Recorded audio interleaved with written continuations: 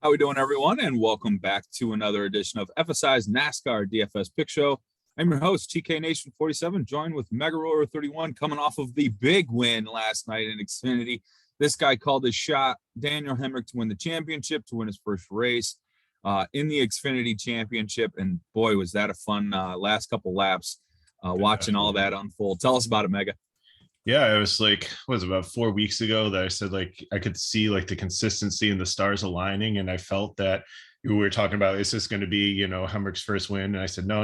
I think it's going to happen at Phoenix. He's going to win the title. He's going to win the championship, drop some coin on it on DK Sportsbook. And the lineups went really well. And I think I put in about $150 and cleared over $1,000 last night. So it was a very, very good night. Absolutely. That's awesome, man. I was really pumped up watching that final lap, watching him, do what he did, getting inside of Cindric and pulling away the victor.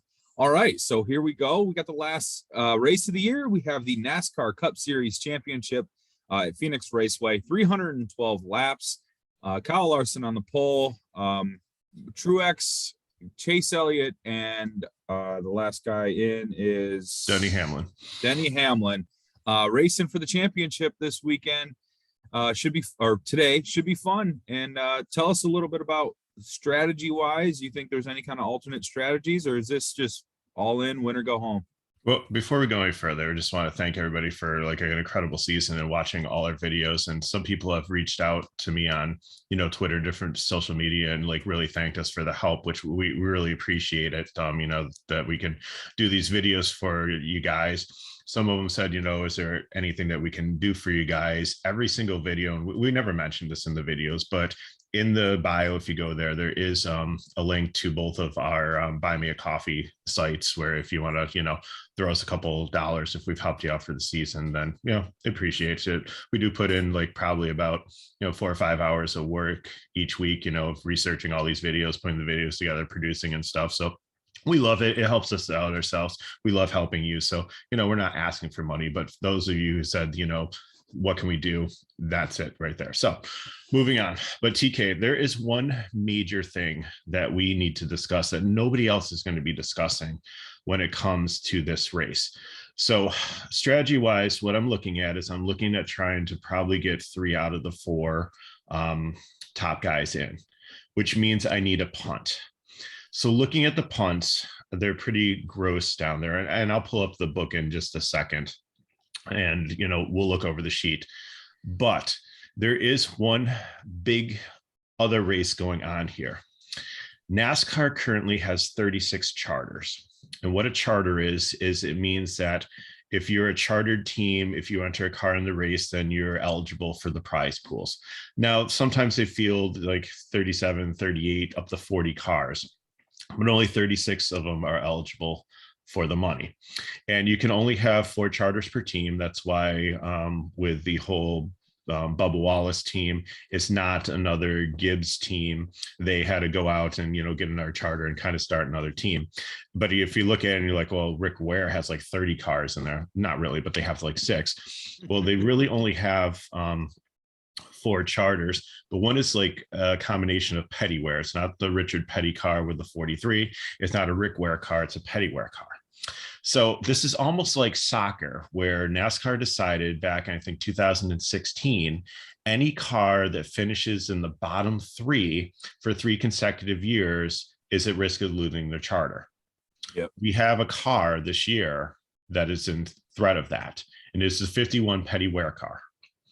We also have the 53 and the 00 that have finished there twice.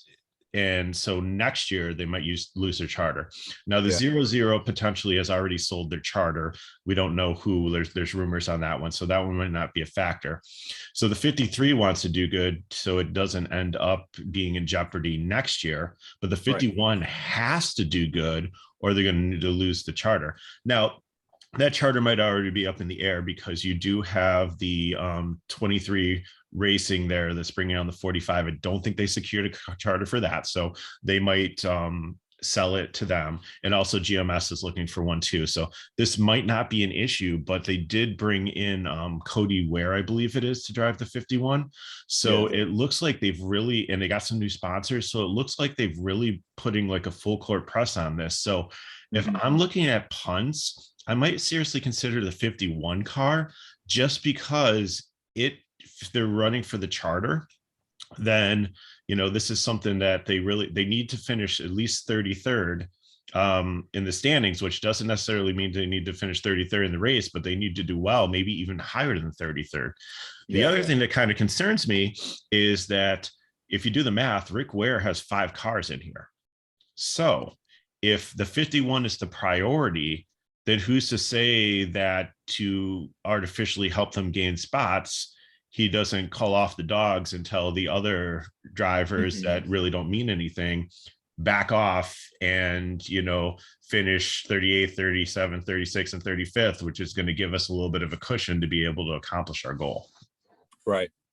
Yeah. Starting 33rd, Cody Ware, I think he's going to try to finish inside that top 30 to get that charter next year.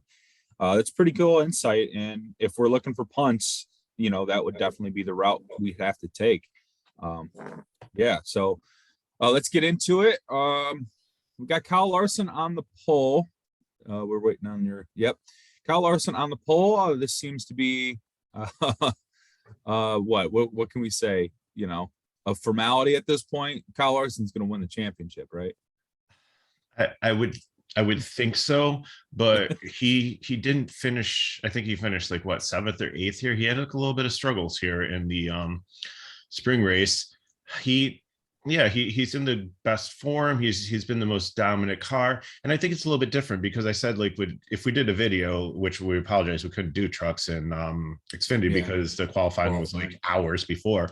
But I think I mentioned it a couple weeks ago that you had John Hunter Nemechek, but you could see him like kind of declining a little bit. You could see like Austin Cindric like having a couple of issues, even though he had like a really, really strong race there. So I believe that Kyle Larson definitely is probably going to be like play the role of Cindric. It's just, can somebody get up like next to him and like a final start? These guys are getting like really aggressive. Like when these restart, like the thing fans out, it's like 5, 6, 7 wide, like there's no yellow line like Talladega or Daytona. So people are just, fanning out as much as possible. And we saw a lot of chaos in the last couple of laps, leading to restart after restart because of it. So, it could be a situation where like somebody comes up last lap and nudges him and gets by, possible. But I think Larson's probably going to dominate this. I think he's probably the safest play. Yeah. Probably a dominator you have to have. I see him leading a ton of laps today. He did get first pit stall selection, so he's going to be coming off pit road from the first pit stall selection. There's just a lot of good things going for Kyle Larson. I think, he's not had, I would say he hasn't been terrible at Phoenix. But what he was racing, he was in the 42. Let me see if I can find Kyle Larson here. He has 3 top 5s and an average finish of 7th with 5 top 10s. Just not a whole lot of dominated laps, but that certainly could change today with the form that he is in. Next up is Chase Elliott. I certainly wouldn't mind having both of these guys in my lineup. This could very well be the 1-2. If we want to talk about the finishes here, this could be it. But Chase Elliott, 262 laps led with a win, average finish of 13th. What are your thoughts on Mr. Elliott? Well, the other thing about the championship for us, if you didn't follow the news, is that 3 out of the 4 cars failed tech twice yesterday. So 3 of them lost crew members, and that's Larson, that's Hamlin, and that's Truex. Elliott didn't. So what does that mean? Does that mean Chase Elliott wasn't trying to push the boundaries and cheat? Does it mean he was cheating better than the rest of them? But no, I think, he's good here. I don't think he's good as Larson. I think the Hendricks cars really had a lot of speed. He was 5th in practice speed here. So and that's good. He's been pretty he's had a little bit of a down. Like we thought he had like a championship hangover, but it seemed towards the end of the season, like, it started to come back to him. You don't have many back-to-back champions, so it's like really something that you can, really hang your hat on. And the other thing too is I believe that they said last night that he has Noah Grayson's pit crew from last night. Yeah, Noah Gregson's was Chase Elliott's pit crew. Yeah, so I mean they did a phenomenal job last night, made some really good calls, and did some really good things. Like a tire got loose and the guy grabbed it before it was a penalty. And this was the crew last year where you had like the flying jack man, like where they realized they had a violation. He went over and kicked the wall to reset himself. And like, so it's very, very smart pit crew. So I think, you're going to see both of these cars like share like leading the race on and off. And then it should possibly come down to the two of them at the end. Mm-hmm. I think that's pretty much where we're heading. William Byron, I don't think he's going to play any kind of spoiler today. Starting third, I'm going to be out in a fade. Yeah, I think he's a GPP. He could be like the 54 car yesterday that really didn't have anything to do with it. Like he showed a lot of speed here. He's been very good and has showed the aggressiveness and it's a Hendricks car too. So would it surprise me if he led some of the laps, or if he does like an alternate pit strategy, if he pitch really, really early to try to get like the fuel window thing like Grayson did in Xfinity, which it didn't quite work out. But, there is a chance that if you fill up on fuel and there's no other cautions towards the end and it's a long run, that could get you out front and, keep you out there with track positions. So he's going for the win, and it's definitely somebody I'm interested in, possibly for GPP, but definitely not in cash. Yeah. Absolutely. Ryan Blaney starting fourth, 9,500. Another driver I think I'm going to be out on today. Yeah, he's not really great at this type of track. I mean, he's okay in the package, but I'm not okay. I'm not really excited about him. 2 top fives. He does have 133 laps led. I just don't think this is the time for Blaney with the kind of firepower we got at starting 1 and 2. Yeah. Next up, we have Kurt Busch, probably in his last race for Chip Ganassi. Definitely. Yeah, he's going to confirm that. Yeah, where is he? He's going to. He's driving this. He's driving the 45, I believe. He's got 45. He's taken the second team 2311 racing car. Oh, gotcha. He's still keeping his Monster Energy sponsor. That's what I remember. Okay. Yeah, Kurt Busch, 8,400 is man, if he was starting anywhere near like 10th, I could get into it, but starting 5th, no thanks. He was 17th in practice. Like he didn't show a ton of speed. He had a good qualifying run, but not interested. No thanks. Moving on to Denny Hamlin. This is a really fast race car. He made a slight slip up in qualifying when I was watching that made him lose a lot of track position. Lap time that would, shuffle him back here. I think this is a really fast race car. I really like Denny Hamlin today, and he could play spoiler to Kyle Larson right here. And I like Denny to possibly win today. What are your thoughts? This is the hard one because I locked in Larson, I locked in Truex just because of like the place differential you get with him starting 12th, and he's going to fight to get up there. Sure. I don't think he's going to be like AJ Allmendinger and like struggle the whole race and have issues and finish. I think all these guys are going to get up there, and I think there's more professional courtesy. We've seen it in other years, more in like Cup than in the other series, where like they try to help these guys like get up there and let them compete because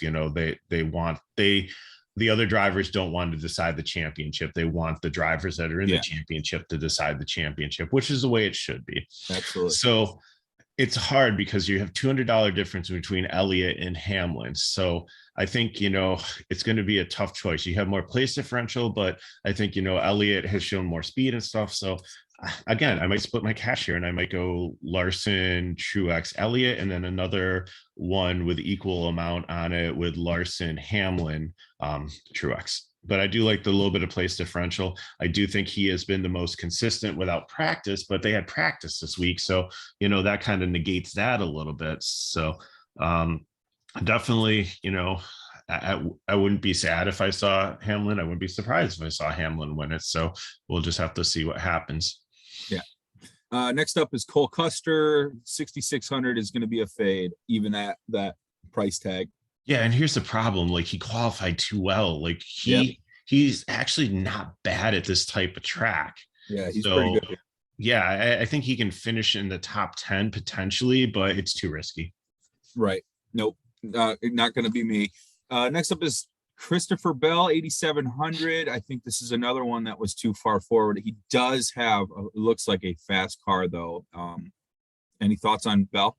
I really actually do like him if you can fit him in here. If you're only playing 2 out of the 3, again, we've talked about this for a couple of weeks now, having an alternate cash strategy, which could actually, if some of the chalk fails, help you in a GPP. And he would be if I was doing 3 lines for like cash, he would be the alternate cash strategy. I would pick 2 of the top guys, and then Christopher Bell would be the next guy in. He has been great here in all the other series. He is really, really good at this track. He was 4th in practice. I think the only other thing too is, like, you do have 2 Joe Gibbs cars racing for the title. So, like, how much resources did they take away from him here? But some of these cars, like, we're looking at Byron, we're looking at Bell, like people that like a couple weeks ago might have been going for the championship when they ran some of like New Hampshire and some of like the tracks that were similar to like get these cars set up. Like, I think they learned a lot, and they were all ready to race for a championship with these cars and these setups. So I think, I like him in cash, but I understand you can't play him if you're playing like 3 of the top guys. Yeah. That could be going, same could be said for Kevin Harvick and the next 2 guys, Logano and Keselowski. Yeah. Harvick does have the best average finish here with 5th. He has a race win in his last 7 and 4 top 5s, excuse me, in his last 7 races. Widely known, Kevin Harvick dominates Atlanta and Phoenix. Those are his 2 places that he would typically dominate. But, this is a different kind of season for him. It's been a season where he's not really, had that old classic flash that he usually has. And I think Kevin Harvick's going to go winless, I think, in his first season ever, right? This is a winless season. I think, they're saying goodbye to this car, and like, I think they have a lot invested in the next car already to go for next year. So I see more promising things. But if you look at it, like, Custer, and he, like, it looks like Stuart Haas has found a little bit of speed. Track, so. I think, GPP, he might be one of the ones where I start looking there. But like you said, you looped in Logano and Keselowski. I think Logano, just because actually this is the wrong package for him. I'm gonna change that to GPP because it's the lowdown force, right? Yeah. I have a ton of Logano does really well at Phoenix. He's a really good driver at this racetrack. 1 win, 3 top 5s, 421 laps led. That's second to only Kyle Busch in this field in the last 7 races. But like you said, it is not the right package. It is for Keselowski, but it seems like they've stripped everything away from him. I mean, he was the fastest in practice here. So, I mean, they have, except for today. Yeah. This is his swan song in the number 2. I think they're going to let him try to win this race because it's his last race at Penske. He's been there forever. I like Keselowski as a GPP today. There we go. Yeah. You could just see it and you could feel it. It's a storyline today that he has, like, all this going for him before I believe he goes to the 6 car next year. Yep. That's his ride now with Cindric coming into the 2. He's passing the baton. I love Keselowski here today. I love that he's starting 11th too. 9,100. It's that alternate cash line that you've been talking about. I think he is the guy I would pick over Bell, over Logano, over Harvick in this price range. That if I was to only pay for 2 guys up top, I would drop down to Keselowski, and that would be my alternate strategy to probably the chalk strategy. So Keselowski's for me. Hopefully he does well. Next up is Martin Truex Jr., the last of the playoff race drivers, starting 12th. There's place differential here. There doesn't look to be a lot of speed though. What's the story? Is Truex just going to fall, pull a fast one on us because he didn't look too good in practice? I don't know, possibly. Do do you really need to buy much into practice, or were they? The thing is too, but look at it though. Did they set the car up for long run speed? Because even though there was like what 8 or 9 cautions or whatever for the last race, they all came in bunches, but there were a lot of long runs. So I think this car is set up for the long run. It wasn't set up for qualifying. It wasn't set up for practice. I think they went out there just to run some laps, just to kind of get a feel, see if anything changed with the track. But I think they're holding their cards tight. That could be the case, because look what happened at the beginning of the playoffs. We're just like, oh, Hendricks is going to run away with this, and then all of a sudden the Gibbs cars came out and they were very, very strong. Right. I think the thing with Truex is that stage 3 is going to be a very long run. We're going to get through the first 2 stages. It's going to be pretty vanilla. A lot of just, if you're up there, you're up there. Nobody's really fighting for stage points. There's no, there's nothing like that. It's all about track position, right? So I think Truex is going to try to keep that track position heading into the 3rd stage. And hopefully, as the track changes, they're prepared for that long run, so he can get that place differential. And that would be really big. If you're trying to pay for these 2 guys up top that dominate the race, Larson, Elliott, Larson, Hamlin, or Hamlin and Elliott, whatever, to run it back with Truex as well, you're really banking on him finishing inside that top 3, top 4, because if there's 2 dominators there and Truex doesn't lead any laps today and he doesn't get any place differential, it's just not going to be in an optimal lineup, right? So he's going to have to get to the top quick, stay there, and hopefully in that third stage he can lead some laps and win the race. That's your plan with Truex if you're rostering. All right, next up is Kyle Busch, 9,800. He can play spoiler today. Kyle Busch is an asshole, and he's really good at Phoenix, so I'm not rolling him out. He's a GPP play for me. He had a horrible race here though in the spring. I think he finished. Yeah, so I don't know. I think a lot of the resources are going towards the other cars here. Usually Kyle Busch is one of the first ones in my GPP lineup, but I don't think so today. Really? Yeah. I just think he's such a bitter fool. He's going to do whatever it takes to make the day about him. I mean, that's just Kyle Busch in a nutshell. He's not going to step aside for no one. And players like, drivers like Harvick and Logano, guys that just they're out of it. Into Harvick, he's like complaining nonstop about his car, his setup, everything is horrible. Like honestly, he's mirroring Kevin Harvick. It's almost like we're seeing the same decline, but it's just like in an earlier phase. Well, yeah, we're 4 or 5 years away from where Harvick is now, right? Kyle Busch. But he could definitely be the guy to pull off racing someone type that's racing for a championship. That's definitely Kyle Busch in a nutshell. All right, next up is Alex Bowman at 8,200. I really like the price tag. I like the starting spot too, and I love Bowman on flat tracks. Your thoughts? Yeah. He had the speed here in qualifying, nothing near like the top 300 cars, but he was the price is good, and I think that he can get up there into the top 10, and he inexplicably won last week. So yeah, he loves the flat tracks. I'm going to be all in on that 8,200 for some GPPs today. I really like this next driver as well, Matt Benedetto, racing in his last race for Wood Brothers. I'm not sure where he's going to race. I would think that he would end up like if anything, he should end up in one of the Gibbs cars for Xfinity, because you have 2 of them open, because Hemrick is moving to Cawley and Harrison Burton's moving up. So the 20 and the 18 are both open, and I haven't seen any names for them. Yeah. That could definitely be the case. Junior Motorsports too. I've heard rumors of him maybe potentially taking over a spot for like a net or something like that at Junior Motorsports. So, Charlotte Treat got that one. Okay, never mind. All right. Sorry. That must be new. I didn't see that, but yeah. Okay, that might make sense as to why he was racing last night in the Xfinity Series. Okay.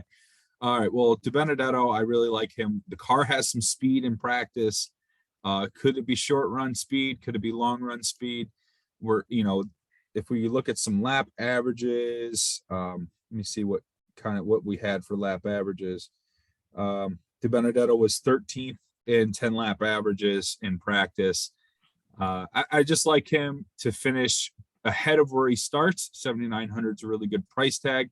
I think it's not for the, build where, maybe it is for the build. Maybe it is cheap enough to get someone like Benedetto. I think he is a great play today. Your thoughts? Yeah, I like it. Again, he's in no man's land. There's a lot of plays here in like the low 8s, high 7s that are in no man's land for cash. If you're only playing 2 studs, this is a gold mine. You can get such a solid, balanced lineup. And like you said, if you don't feel like Truex can get all the way up there, then he's an easy one to not consider. So then pick Larson or Elliott and throw in Hamlin or Hamlin or Truex, whatever. So pick 2 out of the 4 there and make multiple lineups. Like if play the 20 max there, like the chrome horn for like $4 there. It's going to cost you $80 if you get all 20 lineups, but like mix and match them, rotate them through. It's the last time you're going to be able to play NASCAR till February. Go for it. Yeah. You're basically talking about what I'm going to be doing today. Sorry. I mean, hey, that's what we're doing here, right? That's exactly what I'm going to try to do. Ross Chastain, 7,800. I might have some exposure. Yeah, he's a good one here. Like it's a good track for him.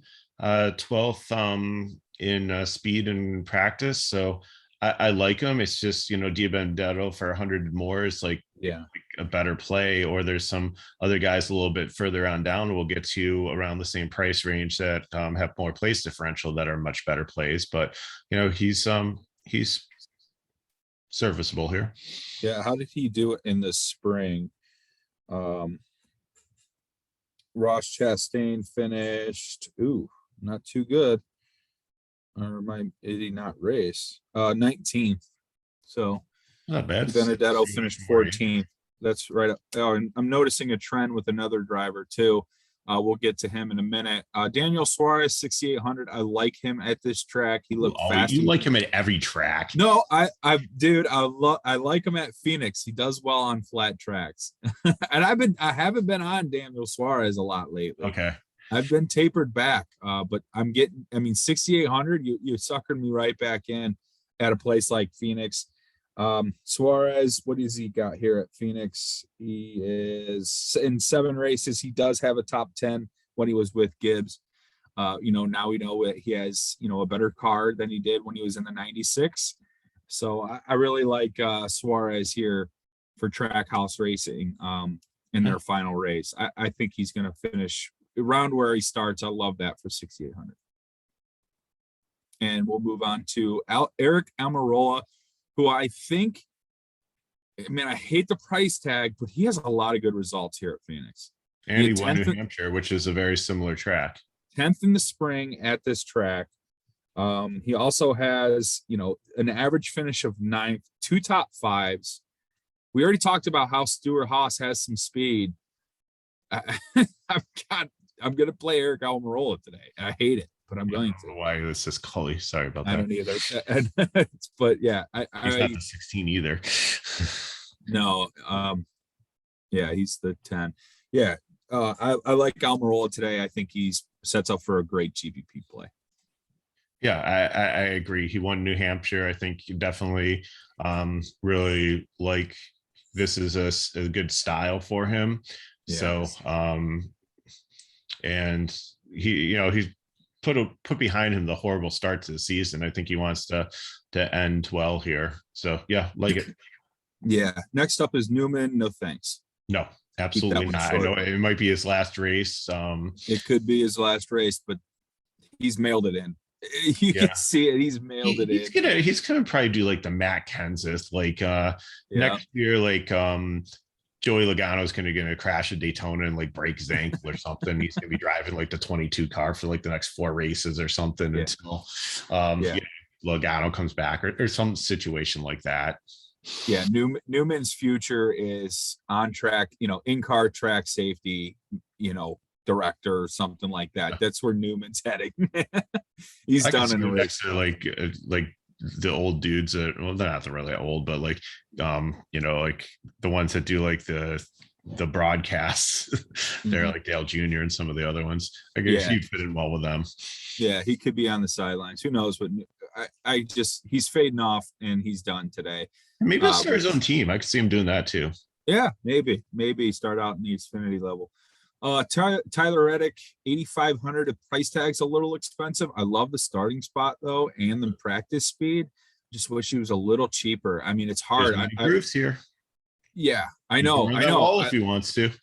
It's crazy though. I like Bowman. I like Di Benedetto. I like Amarola. Here's another 8K driver I like. It's like everything, and this is why I can't play. He's got like possible 10 place differential. Right. He was number 10 in practice speed. I think this is why I can't play Christopher Bell or Kevin Harvick or Joey Logano. This is why I can't play those guys that are starting that far ahead, because there's plays that are cheaper, like Tyler Reddick and Di Benedetto and Bowman, and like all these guys are going to come forward, a couple of spots for a cheaper price, and it's just going to help me fit the builds that I want. And so I'm gonna have to play Tyler Reddick, and I don't mind this next pick either, 7,500, and that's Ricky Stenhouse Jr. I do think he is going to be quite chalky. You do have him under some high ownership. The speed, it's middling, but that's typically what you expect from JTD Doherty in practice, right? Yep. Yeah. Any kind of history for Stenhouse, I'm not seeing. So it must not be too good. Oh, in 7 races, he has 3 top 20s. So there you go. You're betting on the top 20, and at 7,500, that's definitely viable. 6,200 Chase Briscoe, I actually like a little bit better than Tyler or Ricky Stenhouse Jr. He is horrible at this track. Okay, so I'm going to have to rewind that and fall off of that take, and just go ahead and pick, 6,800 Suarez is looking a little bit more appetizing as we go on. 7,300 Austin Dillon, I'll let you take the floor. I really like this. The price, he's a good driver and a good team. Like 23rd, practice speed kind of matches where he qualified, but I could definitely see him again if the car's set up for like a long run and not a short run, because they actually have like qualifying and stuff. Who's to say you can't make up in the top 15? 8 place differential points, 7,300. It fits. I can get him in and not throw up with the final 2 drivers that I have to put in the field if I do take 3 top guys and he is my 4th. So I'm gonna play as much as you'll let me on Austin Dillon. I don't know what I'm going to do as far as how much. I kind of like someone else more, and I can't believe it either. Corey LaJoie, I think, is a GPP play, but don't go crazy. He's starting a little too high here. Yeah. Like if you want to throw some 5% on him, if you're doing multiple lineups, go ahead. I wouldn't put him in an optimal lineup format. Next up is Bubba Wallace, and that's who I really like in this 7K range over a Stenhouse, over a Dillon. Maybe with Di Benedetto, I like Bubba here. Starting 25th, really fast in practice. He had the top 10. He had the very first in 10 lap averages in practice. So I'm in on Bubba. Yeah, I think he's definitely a decent play here. Yeah. A little hard to get to if you're doing the 3-person one, because then you're dipping down to taking guys that you might end up like an Anthony Alfredo in your lineup. But if Bubba hits it, then I think it can negate some of the other punts. Yeah. Next up is Chris Buescher. I really like this play too. Starting 26th is perfect. 6,400 is another perfect part of that. He's really cheap. So yeah, I'm in. Chris Buescher is going to be in my lineups. Yep. My favorite 6K play. I like him over Suarez. Yep. Very good value here. Very good value. Chris Buescher, lock it in. Eric Jones, I'm not a big fan of Richard Petty Racing, but he does have some good speed. He does have a little bit of form. I mean, they've been in it a little bit here at the end of the year. Looks like they've had I guess their good run of form is a couple top 20s. But yeah, so Jones, I'll bite. I'll play a little bit of Jones today. Yeah, if you can't quite get up to Dillon, I think he's nowhere near as good of a play, but I think he, is a feasible substitute. Yeah, I like Dillon over Jones for sure. And yeah, Michael McDowell here, 5,700. You got to play that price tag, even if he does only finish a few spots ahead of where he starts. 5,700 is the price tag we need for, that Yeah, stars and scrubs kind of build. and he's better than the scrubs. Like he's priced as a scrub, but not really a scrub. Yeah, exactly. So Buscher, McDowell, probably the better value plays down here with Dillon and Bubba Wallace. Next up is a long string of what the hell, and that's starting with Justin Hayley, 5,600, way too far forward, so no. After that, we have